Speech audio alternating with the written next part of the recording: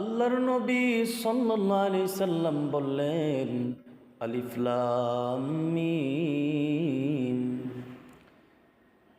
আমি রসুল এই কথা বলি না আলিফ লাম মিম একটি হরফ, বরং আমি বলি আলিফুন হারফুন, লামুন হারফুন, মিমুন হারফুন। আলিফুন একটি শব্দ, লামুন একটি শব্দ, মিমুন একটি শব্দ।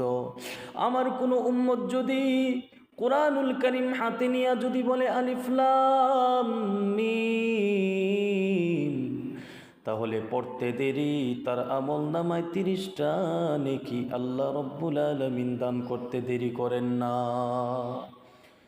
এ মুসলমান, কোরআন এমন একটা কালাম, যেই কোরআন বান্দা পড়লেই তো এক একটা হরফের বিনিময়ে আল্লাহ তার আমল নামায় 10টা নেকি দান করেন। সুবহানাল্লাহ। শুধু কি তাই, এমনি আমি আপনি যদি ফিরাউনের নাম বলি কোনো সওয়াব হবে না।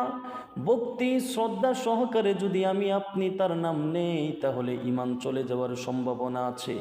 কিন্তু যদি তিলাওয়াতকালে যদি পড়ি ইলা ফিরআউনা ওয়া হামান, পড়তে দেরি আমার আমল নামায় নেকি লিখতে আল্লাহ ভুল করবেন না।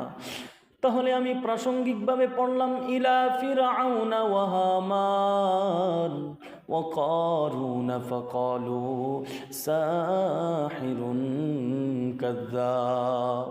এই যে প্রাসঙ্গিকভাবে কিছু শব্দ পড়লাম, আল্লাহ যেন বলতেছে, ও বান্দা, আমি আল্লাহর কালাম এমন, আমি যেমন মহান, আমি আল্লাহর কালাম তেমন মহান। কোনো বান্দা যদি আমার সাথে সম্পর্ক গড়তে চায়, তাহলে সে যেন বেশি বেশি কোরআনুল কারীম পাঠ করে।